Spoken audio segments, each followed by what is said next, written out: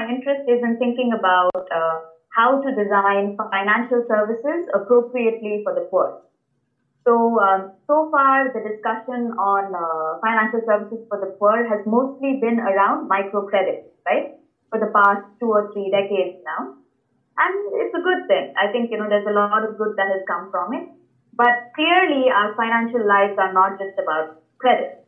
We have portfolios. We have our fundamental sort of action of doing anything with finance or anything for the future is to save up, right? So we all have savings accounts as the first step.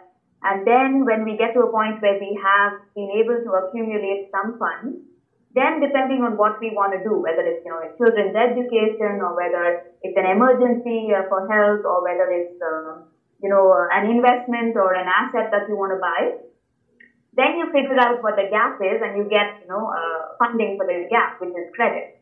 But the cheapest form of capital for accumulation is your own savings because there's no price on it, right? You're not paying interest on it. So this, I think, fundamentally is where most of financial discussion starts, for the middle class and the rich. But unfortunately for the poor, we haven't started with the same framework. To start with that framework and to think about the gamut of financial services are important for any household to be, resilient and also able to grow over time financially. And so the initiative basically is at Yale University, but implemented through this non-profit research organization called Innovation for Poverty Action. Yeah, and we're hoping it's funded by the Gates Foundation. We have a grant from them, and the aim is to do about 20 new research projects, which will primarily be impact evaluations of new ideas or existing ideas that specifically think about savings products and money transfer or payment channels for the poor. And we test this in a variety of contexts, and then we have about 20 new research studies that come out of the initiative at the end of, I think, about 4 years. The initiative is about 4 years now. We have a secondary goal of actually building capacity to do rigorous research. And this is primarily in South Asia and Sub-Saharan Africa. One of the things about, so far, like a lot of the discussion around, financial inclusion for the poor, etc., is somehow it's a lot about access, right? And so it's bank locations, distribution, it's, what are the regulatory barriers to opening an account. But so one of the things that he's worked on, which I think is really interesting, is in a lot of things that we do as human beings, right? We have this discrepancy between what we do and what we want to do. So we have some future vision. Oh, of course, I want to say I want my child to have a wonderful college education.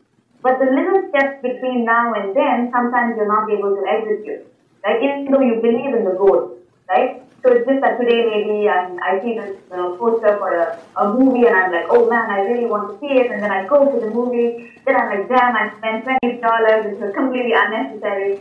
So we do this all the time. This is who we are. But the question is, can we be better than that?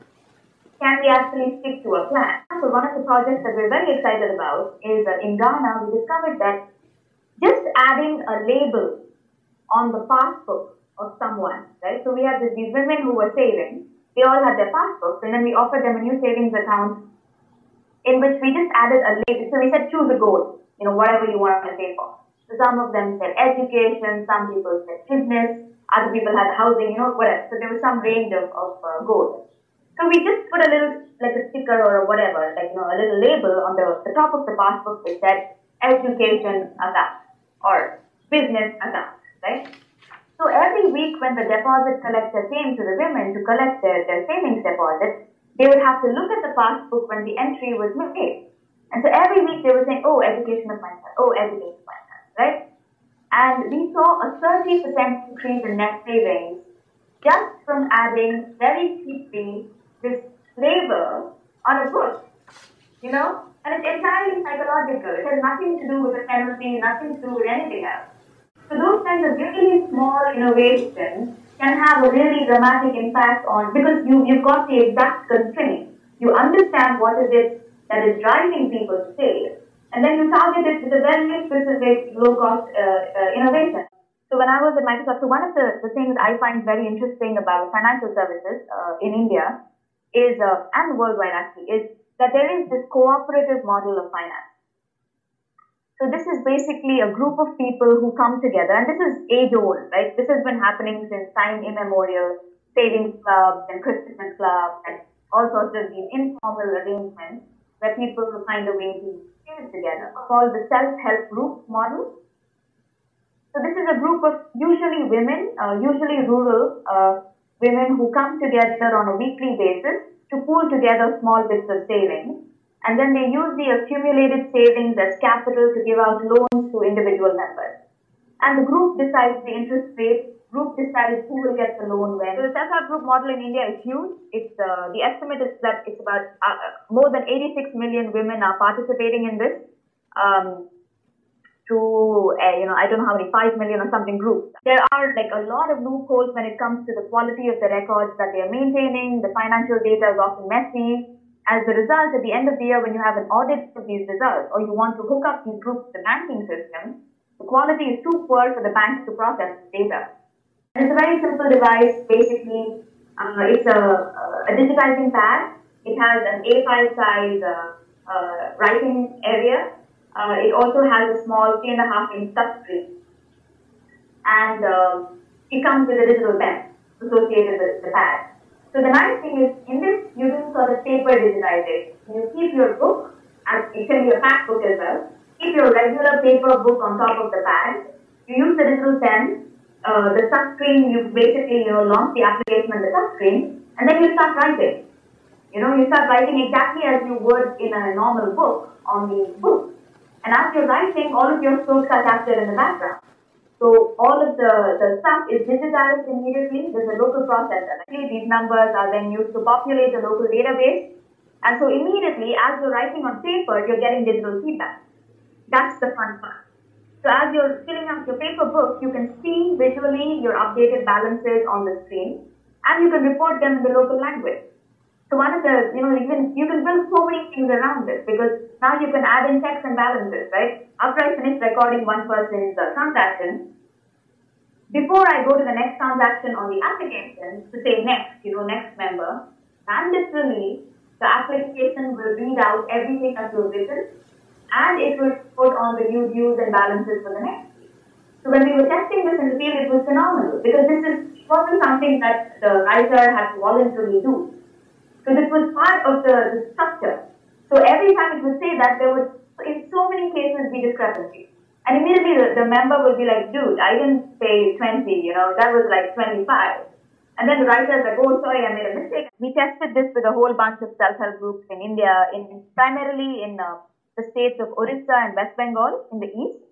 That's where we had localized the application.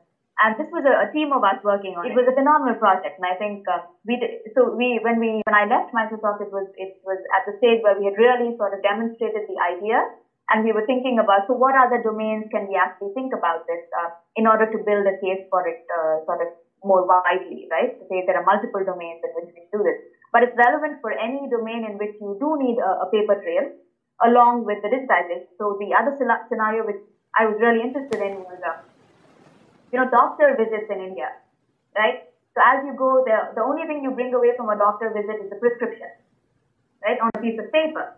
So how difficult would it be for the doctor to just place the prescription pad on the slate? But then you can also hook this up with some sort of, regional database, and then depending on which doctor you access, they can pull up your records and actually give you something that is more personalized to your history. It's a very sort of nice incremental shift from the paper and pen model to having digital records. So you're never going to get it right the first time. If you do, then you're phenomenal, but you're typically never going to get it right the first time.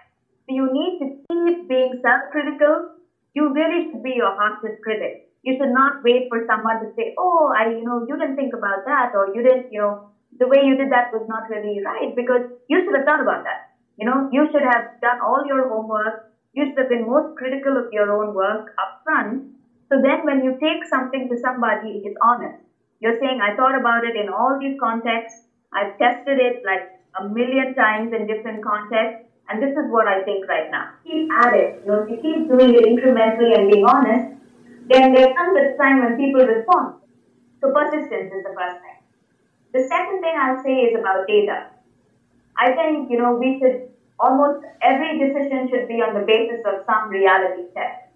So I have great respect for all kinds of data. And so it has to be complemented with something that is more data-driven, quantitative. And so that's the kind of work I do now. Right? It's to say that we may have some ideas which we're testing individually, but if I needed to take it to a policymaker and say, here are your 3 alternatives, I've tested all of them, and these are the results I'm getting for a statistically representative sample. Plus, I have also tested to make sure that there is no bias in these numbers, which means I have tried to do something like a randomized controlled trial, right? This is what we do in medicine for the most part. So without that rigor, you can't take any promising ideas to people who can make change happen at a large scale. So it's very important to be really data-driven, but also very rigorous in your methods of how you're coming to conclusions about what will work in the world and what will not. So intuition is a good place to start, but it's a bad place to end. You have to start with intuition, but you really need to get the numbers to support it. So the second piece is data, base your thinking on reality. And I say that the third sort of big lesson is resources. So I think, and sort of resources and politics, I would put those together. To say that, you may have a great idea, but ultimately, if you want to do something about it, you need to have the resources to do it. Or you need to be able to convince those with resources to do it. Convince them of your vision and your process and your methods, so that they can see the value in it as an investment for them. And then at the end of the day, they're happy that they've spent their money right. If you do it well and if you communicate it well, you will find the resources.